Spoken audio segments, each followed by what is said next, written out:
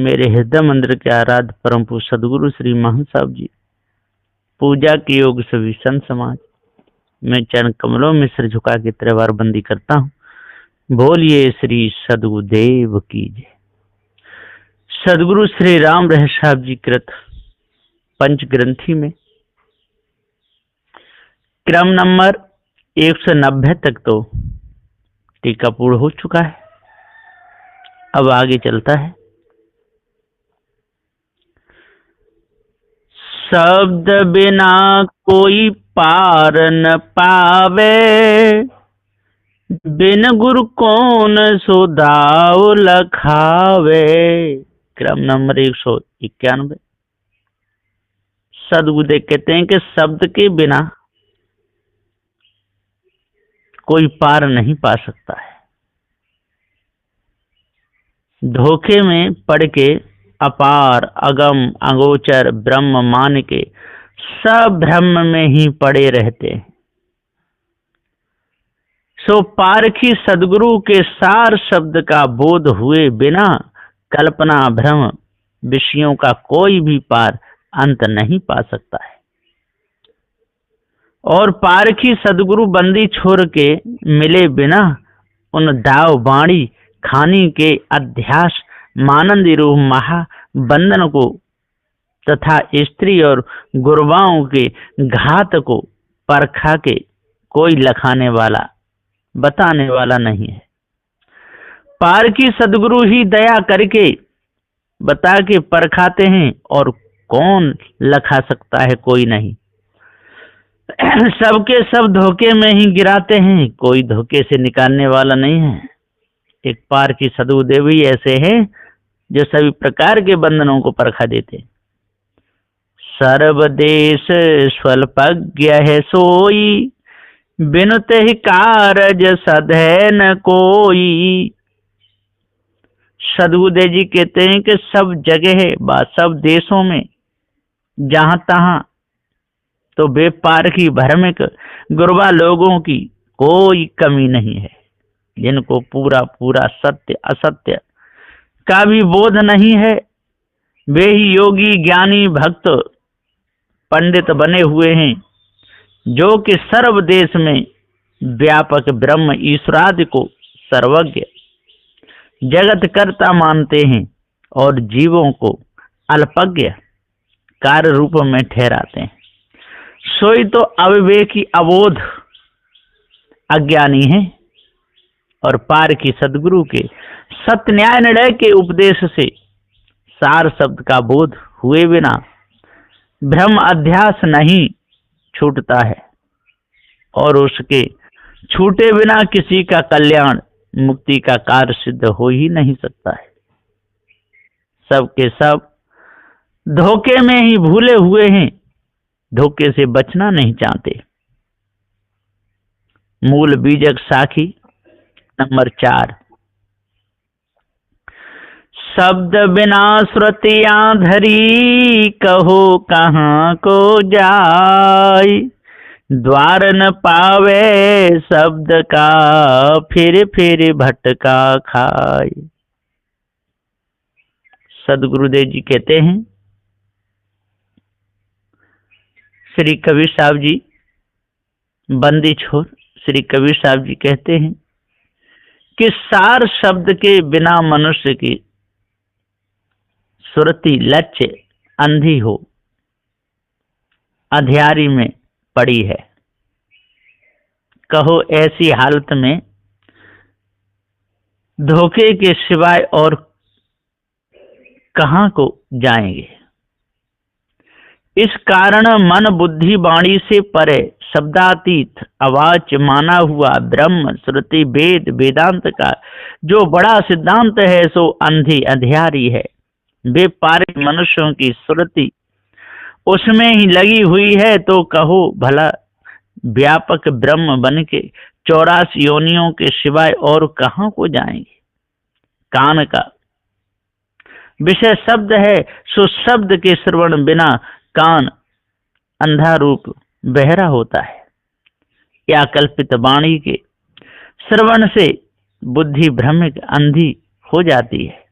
सो गुरबा लोगों की रोचक भयानक मिथ्या वाणी सुन सुनकर मनुष्य स्वर्गाद लोकों में जाना चाहते हैं तथा ब्रह्म ईश्वराद में मिलना चाहते हैं, तो कहो वे वस्तु ही कुछ नहीं है तो कहाँ जाएंगे।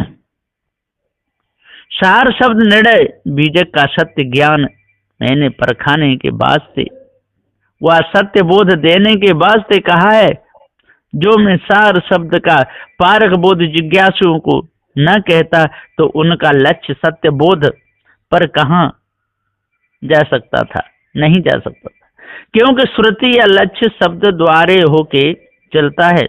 इस कारण खानी मानी का बंधन परखाने के वास्ते ही मैं सार शब्द का निर्णय कहा हूं। कुछ जीवों को बंधन देने के वास्ते नहीं कहा, जैसे ब्रज को, जैसे वज्र से वज्र को काटा जाता है, गड़े हुए कांटा को बाहर के कांटे से निकाला जाता है, वैसे सार शब्द से असार शब्दों को परख कर छोड़ दिया जाता है। वहां शब्द के 4 द्वार हैं, तत्त्वम, असी और सार। इन्हीं 4 मुखों से समस्त शब्द वर्णन हुए हैं।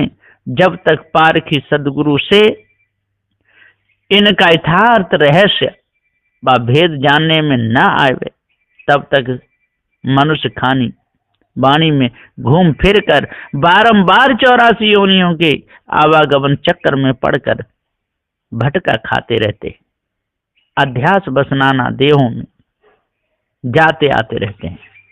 धोखे में ही पूरा समय चला जाता है, मिलता कुछ भी नहीं है।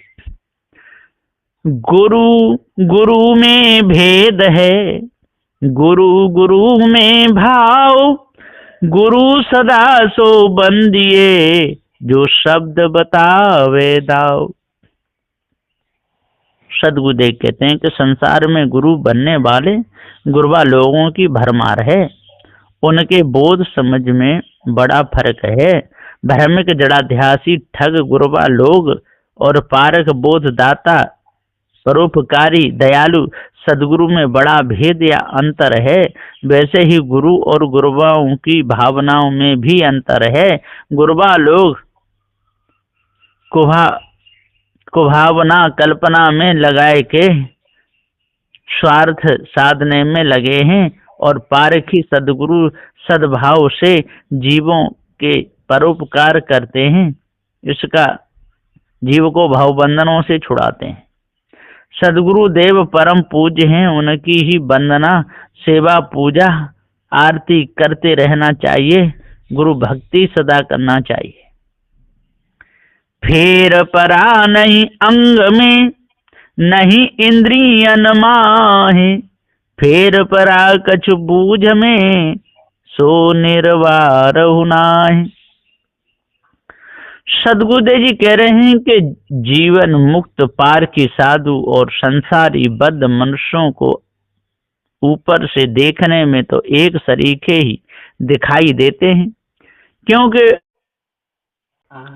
तो फेर परा नहीं अंग में, नहीं इंद्रियन माहि, फेर परा कुछ बूझ में, सो निर्वार नाहि। सदगुरुदेव जी कहते हैं कि फेर कहां पर पड़ता है। जीवन मुक्त पारखी साधु और संसारी बद्ध मनुष्यों को ऊपर से देखने में तो एक सरीखे ही दिखाई देते हैं, तो एक से कपड़े हैं, एक से सब नाक है, कान है, सब एक सा दिखता है, लेकिन उनकी जो बूझ है उसमें फर्क है। वो ईश ब्रह्म परमात्मा देवी देवताओं के चक्कर में फंसे हुए हैं और पार की संत सत्य न्यायालय का उपदेश दे करके भावबंधनों से बचाते हैं। चौपाई 15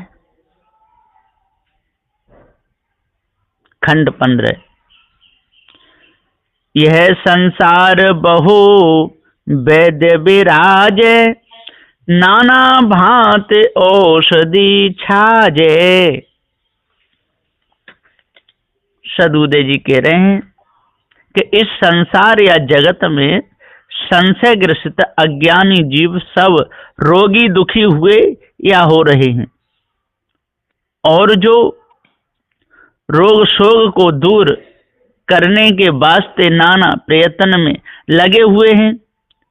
वैद्य रूपी गुरुबा लोग, कर्मी, उपासक, योगी, ज्ञानी आदि बहुतेक संसार में रहते हैं, सो अपना राज या कर्तव्य भ्रष्ट होकर ब्रह्म चक्र में लगे हुए हैं, और उन वैद्य गुरुबा लोगों ने नाना प्रकार के उपदेश रूपी औषधि बना रखी है।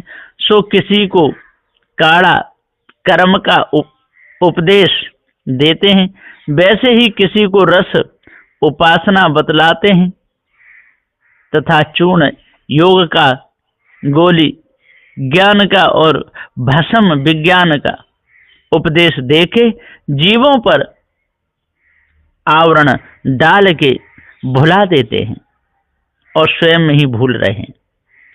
तो सदबुदे जी आगे कहते हैं कि साँच एक झूठ बहु तेरा, बिना साँच नहीं होई निबेरा।